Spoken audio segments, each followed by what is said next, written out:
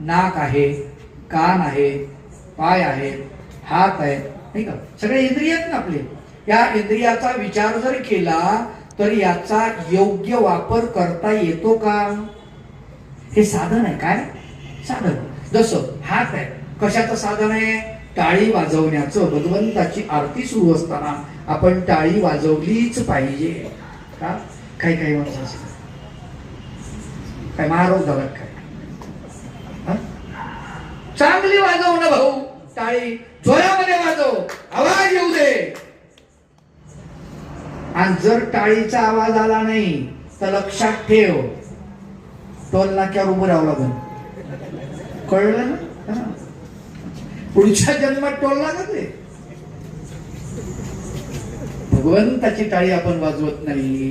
मला सांगा माय बाप हो, विचार करा. निवडणुकीमध्ये गर्दी असते, आपला नेता असतो आवडीचा, त्याच्याबद्दल आपण चांगली टाळी वाजवतो, नाही का?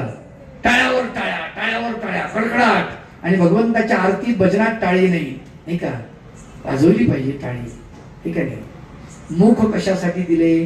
भगवंताचं नामचिंतन करण्यासाठी. एक जण म्हणे देवानं मुख काऊन दिलं एवढं मोठं मुख? त्याला म्हणलं भल्या माणसात तंबाखू खाऊ नको, चांगली गोष्ट नाही, बरं नाही. ते म्हणजे काय होतं? अरे माणूस खराब मरतो, माणूस कॅन्सर होऊन. ते म्हणजे आपल्या एका प्रश्नाचं उत्तर द्या, तंबाखू सोडली लगेच. मला आनंद झाला, म्हटलं आपलं प्रवचन झालं ना, आता लगेच याच्यावर बदल होतोय, चांगली गोष्ट आहे. मला विचार भाऊ तुझा प्रश्न काय ते म्हणे भगवंतानं दाताच्या ओठाच्या मधामध्ये जागा काऊन रिकामी ठेवली? मला तंबाखू ठेवायला. काय बोलावं तुम्हाला सांगतो, अवघडच काम आहेत ना. आता इंद्रियाचा असा जर उपयोग करायला लागलो आपण, आहे की नाही? तोंड एक, आता मला सांगा तोंड कायसाठी दिलं? बकरीसारखं चरायसाठी नाही दिलं. काय?